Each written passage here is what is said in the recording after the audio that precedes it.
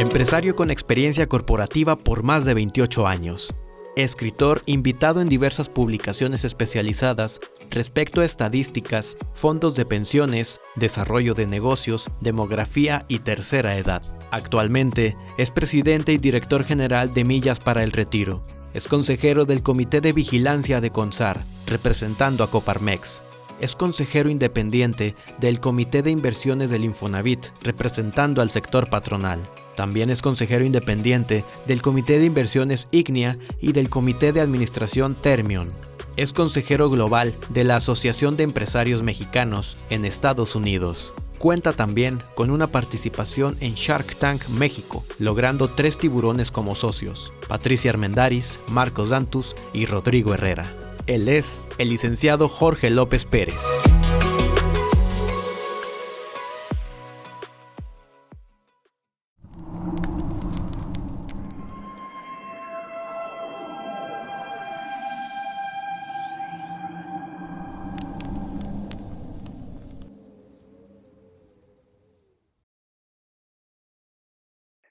¿Qué tal? ¿Cómo están? Buenos días. Muchísimo gusto en saludarlos a todos. Un agradecimiento por invitarme a Encuentros Sin Límites. Espero que esta conversación abone a la discusión que se tendrá durante todo el encuentro con el objeto de, si las ideas aquí expuestas, pues pueden ayudar a construir un México mejor para los adultos mayores. Muchísimas gracias.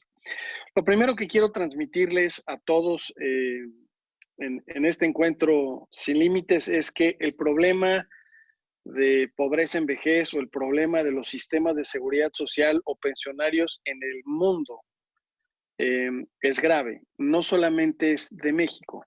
México, pues por la cercanía y donde vivimos y por las noticias que leemos, nos suena como muy cercano y parecería que México tiene este síntoma en la soledad, pero la verdad es que no. Los sistemas pensionarios del mundo han sido alcanzados por una serie de realidades geopolíticas, económicas, demográficas, que han hecho un reto cambiante cada década para poder lograr dignidad en el adulto mayor. Aquí en este mapa les puedo presentar, este es un estudio que hace una consultora internacional muy prestigiada, Mercer, en su oficina de Australia, en Melbourne, en donde publican un índice de cuál es el grado de avance en las pensiones de distintos países, ¿no? Y aquí quiero destacarles algunas ideas. La primera es, si ven la escala de colores que está a la derecha de la lámina, del gris más claro hacia el verde hacia arriba, bueno, en el gris más claro está una gran proporción del mundo. Hay una serie de países que ni siquiera reportan cuál es el grado de avance en los indicadores, que son 3, en los que esta consultora trata de calificar el avance pensionario del mundo. Entonces se fijan África, gran parte del Medio Oriente, Rusia en la parte asiática, bueno, pues así es como se ve, Mongolia, o sea, incluso muchos países latinoamericanos, parecería que ni siquiera existe el dato, ¿no? Y por otro lado, quiero destacarles el otro extremo. Hay un verde clarito que tiene la calificación A, como en la escuela, que parecería que son los mejores países en términos de este desarrollo pensionario, y igual llamo a su atención que aquí no hay ningún país pintado con ese color. Y este fenómeno es porque ningún país ha logrado alcanzar a la misma velocidad los cambios que hemos logrado como sociedad para proteger a los más vulnerables en edad de jubilación. Hay algunos que han hecho una gran labor, los países nórdicos, algunos países europeos, básicamente son estos los países que han logrado dar un desarrollo pensionario y en seguridad social al adulto mayor. Los demás países seguimos aprendiendo y seguimos tratando de ganarle a los cambios que suenan vertiginosos en generaciones, pero la verdad es que no son tan rápidos. Y lo que la sociedad no ha logrado cambiar en la misma velocidad, por ejemplo, que cambió el mercado laboral. Hace unos años uno podía trabajar, pues básicamente siendo empleado de una gran corporación, haciendo un oficio y a lo mejor de manera independiente en una minoría. La verdad es que hoy hay otras formas de trabajo. Uno puede trabajar de repartidor a través de una plataforma digital y trabaja uno como independiente, paga impuestos, pero no paga seguridad social.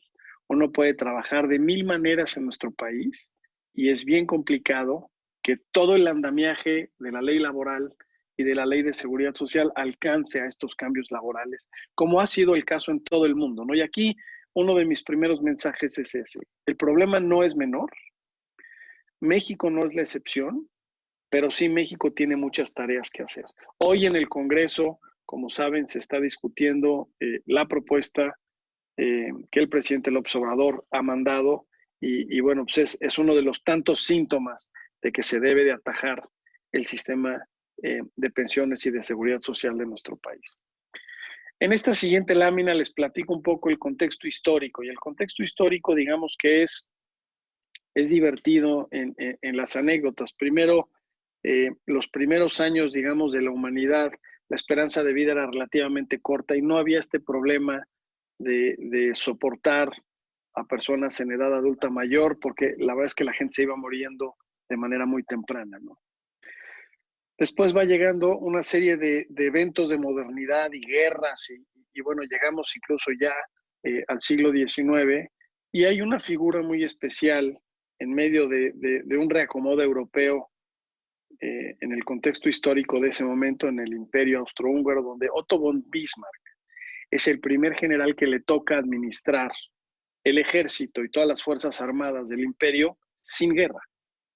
Entonces, es este compadre el primero que se enfrenta a tener un grupo amplio de personas que tienen ya vulnerabilidades por incapacidades de corto plazo o de largo plazo, que además tienen que recibir un ingreso a pesar de que no están haciendo su trabajo, en este caso militar, y que además van envejeciendo y digamos que dejan la vida activa militar para pasar a un tipo de jubilación. Y es Otto von Bismarck el primero que da el concepto de seguridad social en donde dice debe de haber un sistema solidario y subsidiario en donde la sociedad soporte a personas en edad vulnerable que por riesgos distintos ya no puedan tener el ingreso que tenían o el ingreso digno que debe de darles un país, ¿no? Y es ahí donde nace la seguridad social. Pasan varios años y algunas guerras y las Naciones Unidas, que nacen después de esta Segunda Guerra Mundial, hace la declaratoria de los derechos humanos y claramente los adultos mayores están incluidos, ¿no? Entonces, en el 48, digamos que hay un reconocimiento ya mundial de esto, ¿no? En el 43 México ya había hecho el IMSS y el Instituto Mexicano del Seguro Social, que es bastante moderno, digamos, para la época, ataja tanto la parte de la vulnerabilidad de accidentes y enfermedades, pero también se mete al tema pensionario, ¿no? Es ahí donde nace la primera ley pensionaria y hay un beneficio que uno puede acceder a las 750 semanas y con un beneficio definido con cierta fórmula que tiene que ver con una contribución fija, ¿no? Y es un plan de beneficio definido en donde el mexicano cubierto por esta ley del 43, están los primeros, digamos, datos de seguridad social. Hay algunos datos también de empresas privadas que ya habían empezado a hacer cosas incluso antes del 43. Luego en el 59 viene la creación del ISSSTE, emulando este ejercicio del sistema del IMSS para los empleados del Estado, ¿no? Y es en 1973, y aquí el contexto histórico también se pone divertido, porque México está viviendo una bonanza en esta década dorada de crecimiento económico, de revaloración del petróleo, evidentemente el hallazgo de enormes yacimientos, y México vive un enorme crecimiento económico y un enorme potencial de crecimiento económico. Y entonces la ley en el 73 incluso cambia. Ahí lo que decimos es, bueno, pues la verdad es que va a haber tanto dinero en estas reservas que estamos guardando para la salud y para las pensiones, que la verdad es que podemos ser más generosos con los mexicanos y lo que acabamos haciendo es reducimos de 750 semanas a 500 semanas el requisito para jubilarnos y tratamos de hacer más generoso el beneficio al que tenemos derecho, ¿no? Ahí en la ley 73 hay una cuantía básica por los primeros 10 años de trabajo y por los primeros 10 salarios mínimos y luego hay una cuantía adicional que va premiando tanto más años de trabajo como mayor salario, ¿no? Y entonces ahí en el 73 digamos que cegados, y hoy nos damos cuenta que ahí estábamos cegados, no veíamos el futuro, pero cegados por esta aparente bonanza futura, pues que damos estos beneficios.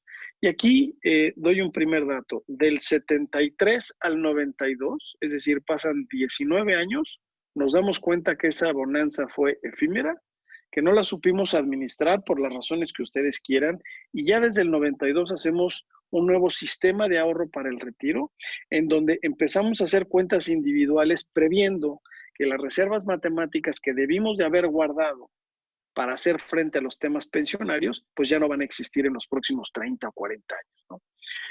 Y la solución la empezamos a tomar de algunas otras latitudes como Europa. Europa ya se había enfrentado a esta realidad, en donde había grandes promesas de beneficio definido y tuvieron que cambiar a cuentas individuales. De hecho, el modelo es inventado o por primera vez implementado en Suiza.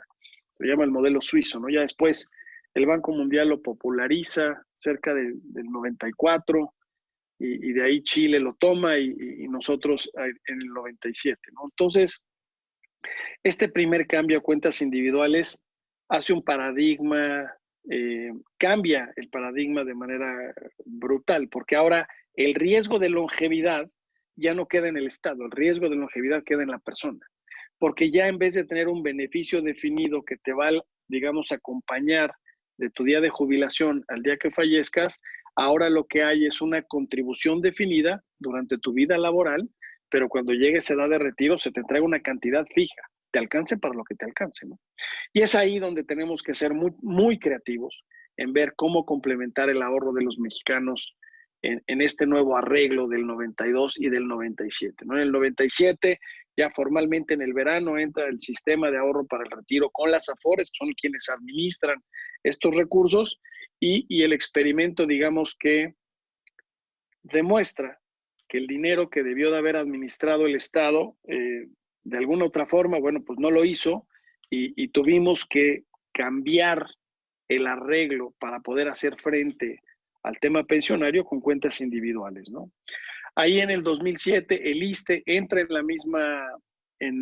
la misma dinámica de cambiar el beneficio definido a la contribución definida por las mismas razones. Entonces, aquí hay 3 reformas al sistema de pensiones que lo que buscan es que nos alcance el dinero, porque ya nos dimos cuenta que no nos va a alcanzar. Todas las reformas pensionarias hasta el 97 parecería que lo que están protegiendo es el presupuesto fiscal. No están protegiendo el derecho humano que desde el 48 la ONU ya había pedido a todos los países que teníamos que respetar. Y por otro lado, pongo aquí algunos ejemplos que me parece relevante tocar. México tiene 3,000 fondos o 3,000 sistemas de seguridad social pensionario distintos. Universidades públicas, municipales, estados, cada uno tiene su distinto sistema, empresas estratégicas del Estado, se le llama CFE, Pemex, Banca de Desarrollo, todas ellas además con miles y miles de sistemas, subsistemas dentro de sí mismas, ¿no? Todas ellas con unas enormes promesas. O sea, la característica general de estos sistemas pensionarios que suman más de 3,000 es que todos tienen beneficios definidos muy generosos y no guardaron el dinero. Y es una deuda que los mexicanos, por el origen de estas instituciones, pues vamos acumulando a lo largo del tiempo y que es muy poco a poquito, pero a la vuelta de 3 o 6 generaciones, esto se vuelve una bola de nieve, evidentemente con un crecimiento geométrico que es bien complicado para los estados enfrentar. México, por ejemplo, en los próximos 30 años va a tener que enfrentar el que lleguen cerca de 30 o 35 millones de mexicanos a edad de jubilación. Algunos de ellos en este tipo de sistemas en donde la promesa es absurdamente generosa y no hay el dinero, y otros en los sistemas de seguridad social como el IMSS y el ISSSTE, donde la promesa no es ni cerca a esa generosidad, pero tampoco existe el dinero. Es bien importante el entender que los sistemas de seguridad social tienen que tener toda una armonía dentro de la sociedad, y por eso este indicador de Mercer que les platiqué es tan relevante estarlo revisando pues una vez cada 3 o 4 años por los gobiernos, ¿no? En esta siguiente lámina quisiera ahondar en los beneficios que sí tiene el sistema de ahorro para el retiro, ¿no? El sistema de ahorro para el retiro hoy tiene en el 97, o sea, lo que nosotros fundamos con las Afores, tiene una serie de características que han sido muy benéficas para nuestro país. Primero, déjenme compartirles, tenemos 67 millones de cuentas a las que tienen acceso las personas simplemente con su número de seguridad social o su CURP. Es una cuenta privada, es única y está administrada por instituciones privadas. Hoy el ahorro promedio está cerca de los 70,000 pesos per cápita. Ese ahorro en ninguna parte de la historia mexicana, incluida esta década dorada de los 70s, 60s altos o 70s, donde México vivía este milagro mexicano, tuvimos este ahorro per cápita literalmente en una cuenta del mexicano. Había esta riqueza potencial y había este crecimiento económico, pero no una riqueza financiera individualizada como la que hoy tenemos. Esto se ha logrado además con un muy bajo nivel de ahorro. Ponemos el 6.5% del salario entre patrones en su mayoría, algo pone el trabajador y algo pone el gobierno. Además, el sistema de ahorro para el retiro ha beneficiado al sector financiero. Más o menos hoy hay 4.5 millones de pesos en estas cuentas de las Afores. Esto representa cerca del 16 o 17% del Producto Interno Bruto del país. Es una cantidad de dinero brutal que está en manos de privados la responsabilidad de invertirlos para que los mexicanos cada vez tengamos más dinero con base en el esfuerzo de este trabajo que hacemos. Este portafolio de inversiones que tienen las Afores está muy bien diversificado, pero la mitad de ese dinero está ya prestado al gobierno mexicano en todo tipo de instrumentos, desde CETES hasta instrumentos muy sofisticados que generan carreteras, infraestructura, educación, lo que ustedes me digan, ¿no? Es bien importante que además el otro 48% está o en deuda corporativa, en donde le prestamos a distintas empresas mexicanas o internacionales en nuestro país a crecer la inversión, el comercio, la infraestructura, la educación, puntos de venta. O sea, de verdad ahí si ustedes revisaran cuáles son los activos en los que están invertidas las Afores, es realmente increíble el portafolio que puede tener un mexicano promedio y dónde está invertido. Incluso en Bolsa Mexicana de Valores o en bolsas internacionales. Hemos logrado una sofisticación para que estos 67 millones de cuentas estén invertidas como lo invertiría grupos financieros muy sofisticados, digamos, para gente muy privilegiada o con mucho dinero, ¿no? Entonces, con estas bondades que les acabo de platicar y con los retos que les acabo de decir que tienen todos los países y México, nos dimos a la tarea desde hace muchos años de tratar de encontrar qué es lo que debería de tener un sistema de seguridad social, digamos, para ser exitoso en el tiempo, ¿no? Y llegamos a estos 4 ejes fundamentales y voy a explicar poco a poco cada uno de ellos. El primero es alcance. Esto debe de llegar a la mayoría de los mexicanos. Si un sistema de seguridad social solamente baña o cubre a un porcentaje minoritario de los mexicanos, no es un sistema exitoso. Y aquí les doy algunos datos, ¿no? Hay más o menos 70 millones de mexicanos en la población económicamente activa y solamente 20 millones de mexicanos cotizan a la seguridad social a través del IMSS. Y de estos 20 millones, por las dinámicas laborales, solo el 20% o el 25% tiene derecho a una jubilación con las reglas actuales, 1,250 semanas. Entonces, en alcance yo les diría, pues el sistema ese es muy malo, ¿no? El segundo es un tema de justicia. ¿Qué tan justo es que haya pensiones de miseria en algunos casos y en otras unas pensiones de privilegio sin tener ninguna aparente diferencia que lo justifique, o una habilidad en general o algo que realmente pueda defender el que tiene el privilegio de tener una pensión de esas dimensiones, ¿no? Y aquí me voy a puestos administrativos de estas empresas públicas del Estado que tienen pensiones a veces 20 veces más grandes que personas que tienen el mismo puesto en una empresa privada que cotiza al IMSS. O sea, es perfectamente injusto. Es perfectamente injusto también que haya estos 3,000 sistemas de seguridad social que no están fondeados y que son promesas que no se van a lograr.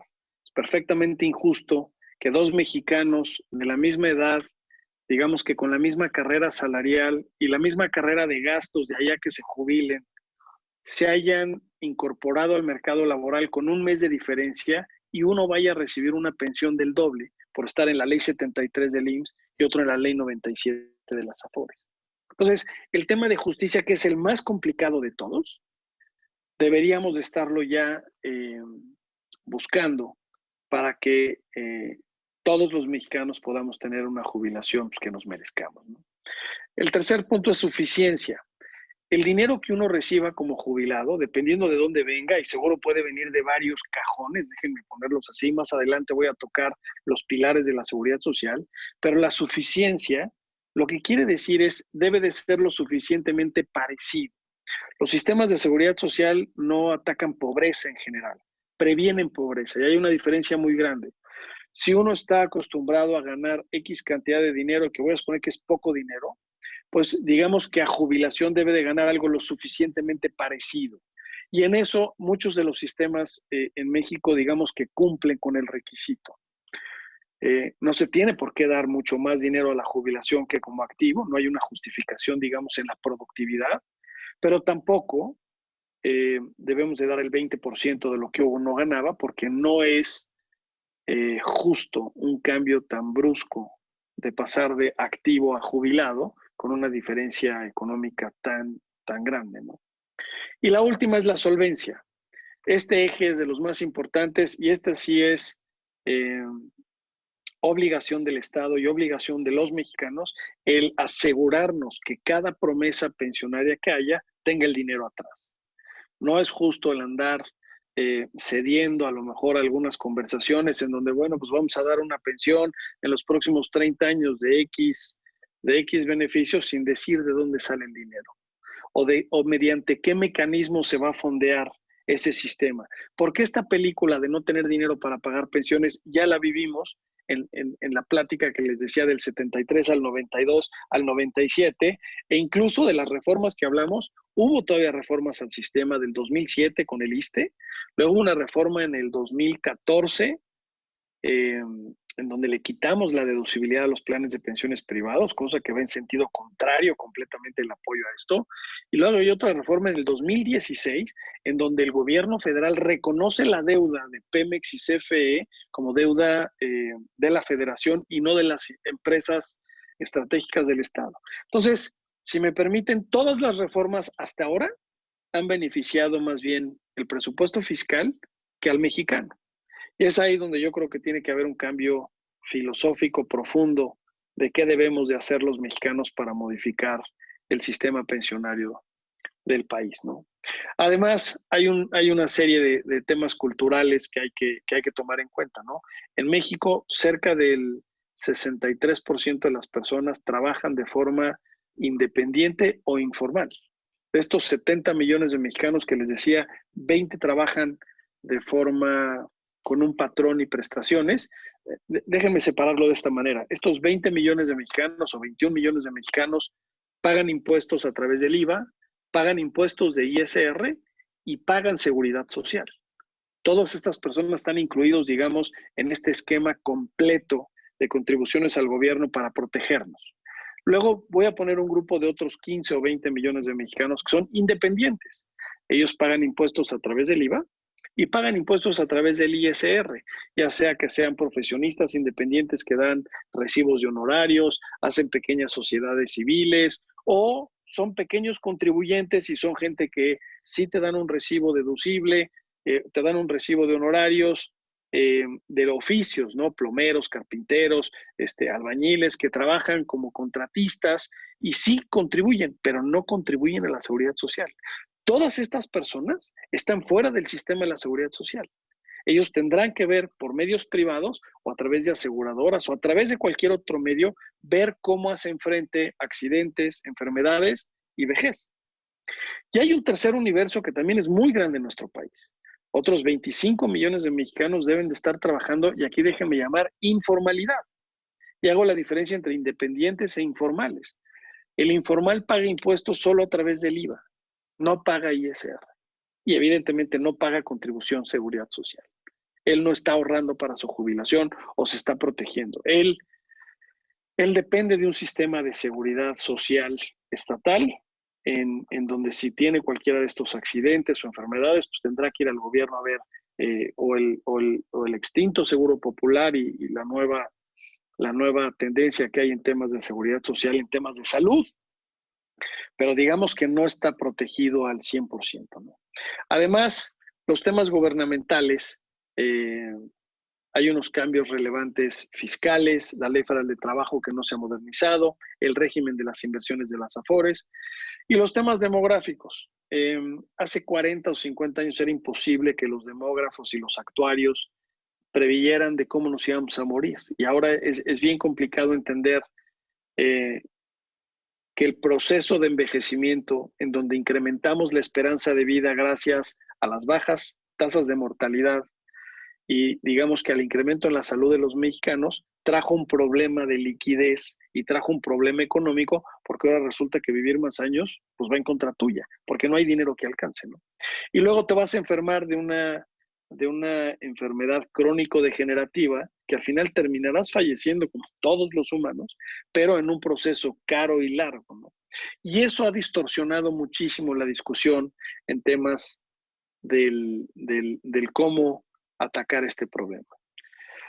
En esta lámina les resumo en las 4 variables que identificamos, cómo se lee cada uno de los pilares de la seguridad social que hasta el momento existen en nuestro país. El primero es el pilar 0. El presidente López Obrador inaugura era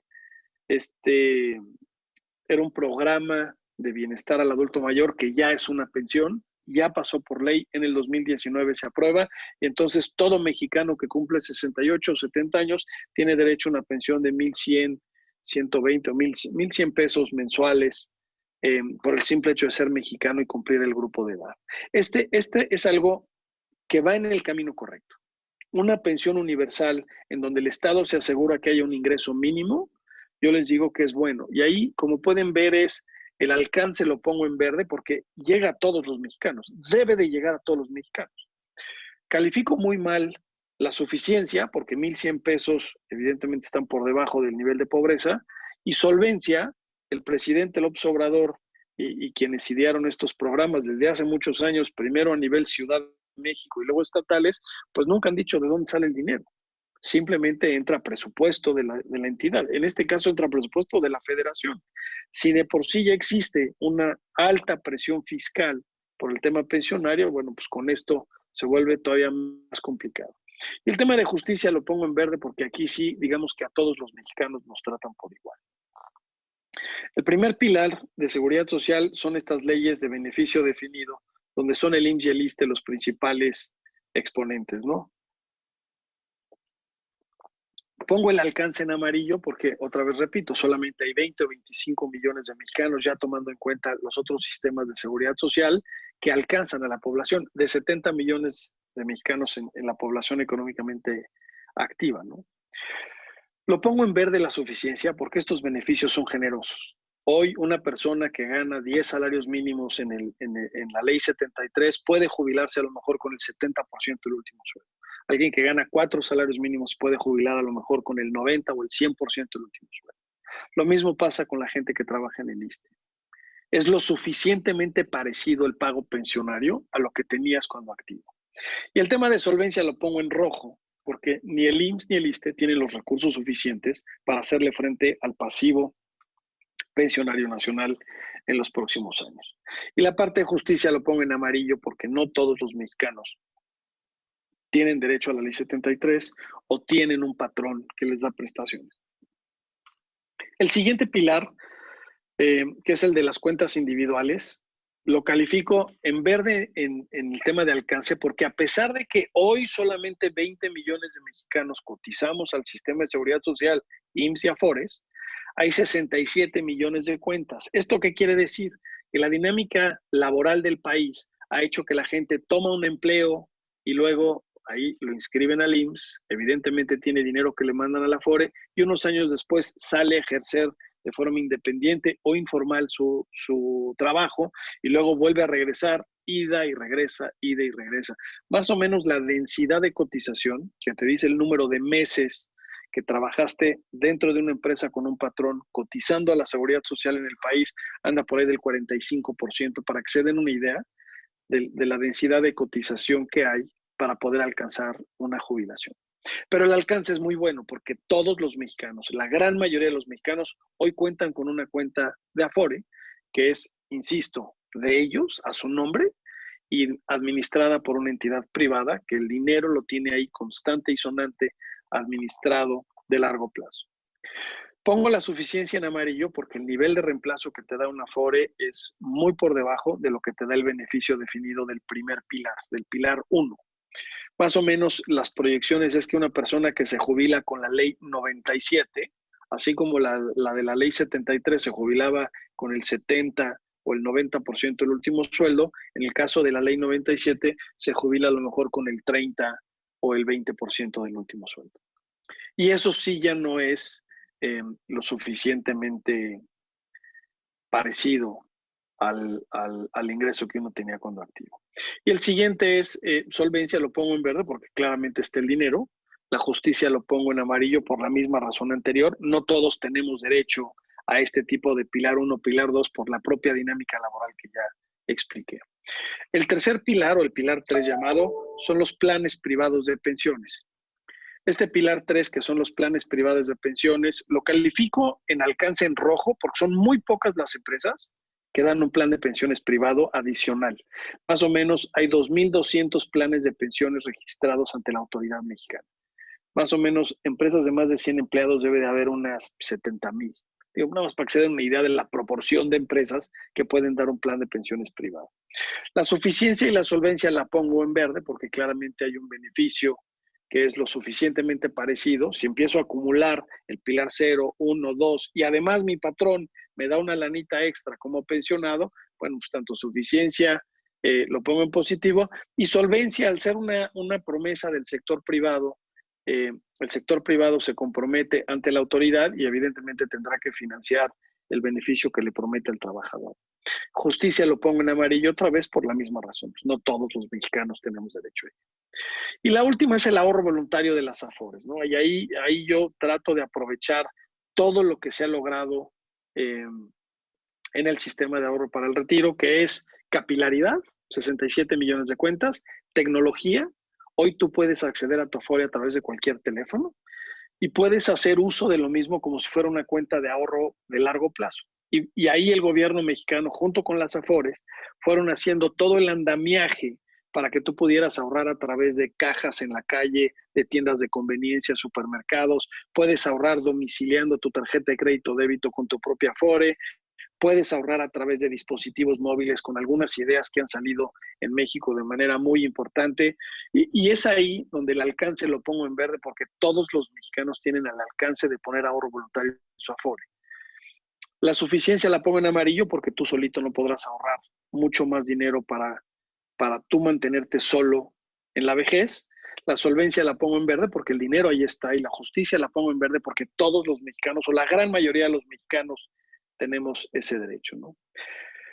Derecho de poner aportaciones voluntarias. ¿Quiénes alcanzarán una pensión? Y aquí pongo la ley 73 y la ley 97 en contraste, ¿no? Quienes estén en la ley 73, como les decía, tendrán derecho a una pensión mucho más generosa que los de la ley 97, ¿no? Y la ley 97 y 73, insisto, son una minoría los que van a poder tener acceso a una pensión.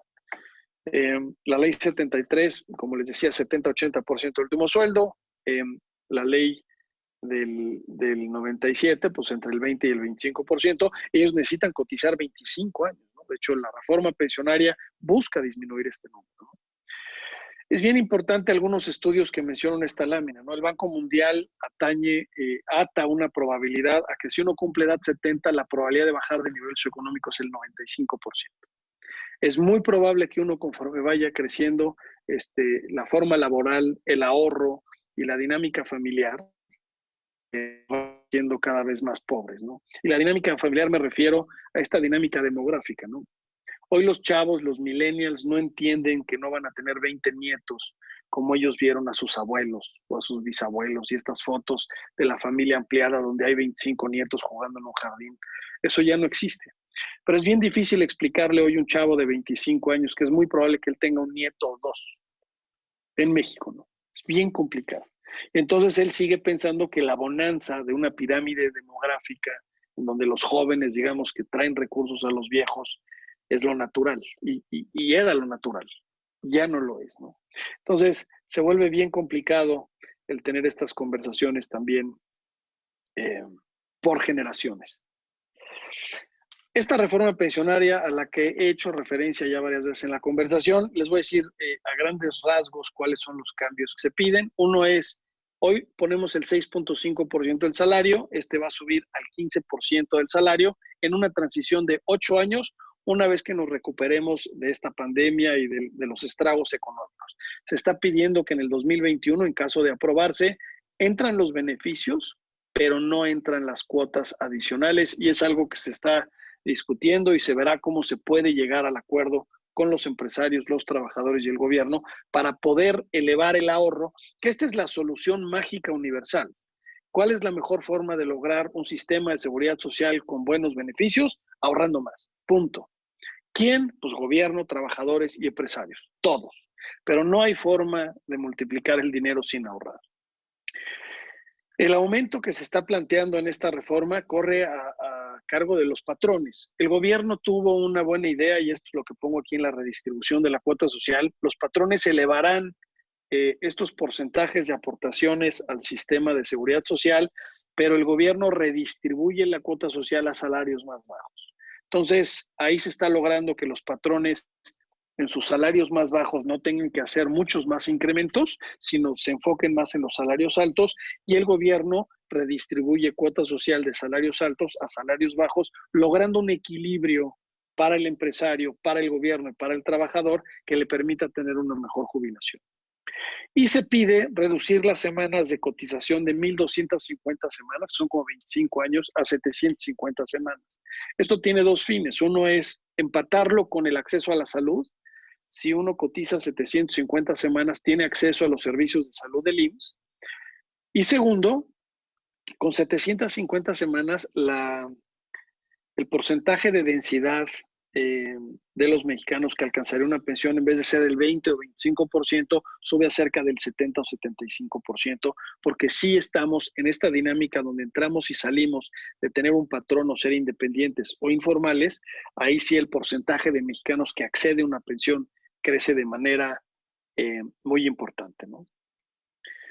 Ahora, ¿qué puntos no están en la reforma que creemos que deben de estar? La primera es, pues, no hacer caso omiso del 60% de los mexicanos que trabajan de forma independiente e informal y que no van a llegar con un patrón de edad de jubilación cumpliendo 750 semanas o 1,250 semanas.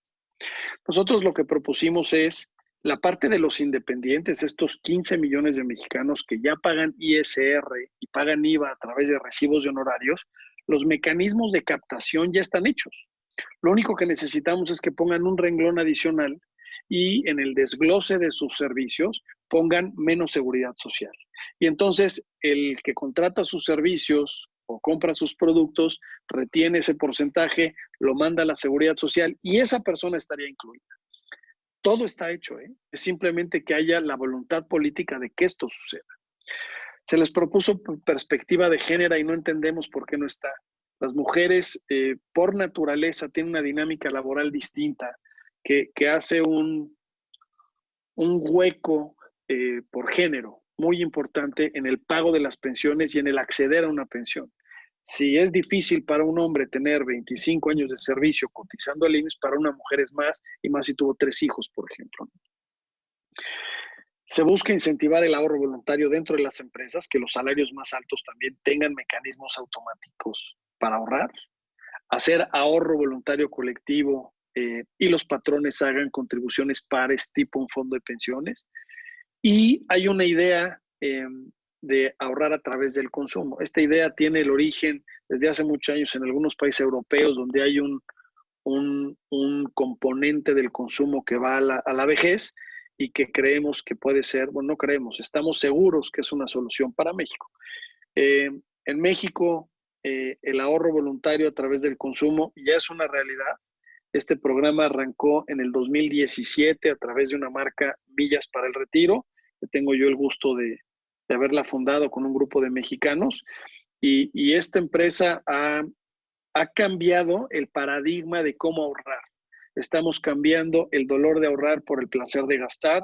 Y hoy quiero decirles que como mecanismo de ahorro voluntario en las Afores, somos el mecanismo que manda más aportaciones voluntarias de 15 redes comerciales que existen. Insisto, tiendas departamentales, tiendas de conveniencia, farmacias. Hay miles de cajas, 16,000 cajas, donde el mexicano puede ir a aportar. En el caso de Millas a través del aplicativo, del ahorro por nómina y de las marcas que nos están apoyando, hoy mandamos como 2.5 más aportaciones que todos los demás juntos. Y esto también se propuso en la reforma pensionaria y también creemos que se tiene que tomar en cuenta el consumo como parte del ahorro para la vejez, porque lo que sí estamos seguros es que en los últimos 200 años los humanos hemos aprendido a consumir exponencialmente, pero no a ahorrar igual. Y ahí, en este arreglo que hoy tenemos económico, si hubiéramos atado ese consumo al ahorro para la vejez, otro gallo nos cantaría. Y con esto yo termino y abro el espacio para preguntas que con mucho gusto estaré contestando en su tiempo y agradezco nuevamente la invitación tan generoso al encuentro y bueno, pues estoy a sus órdenes. Muchísimas gracias.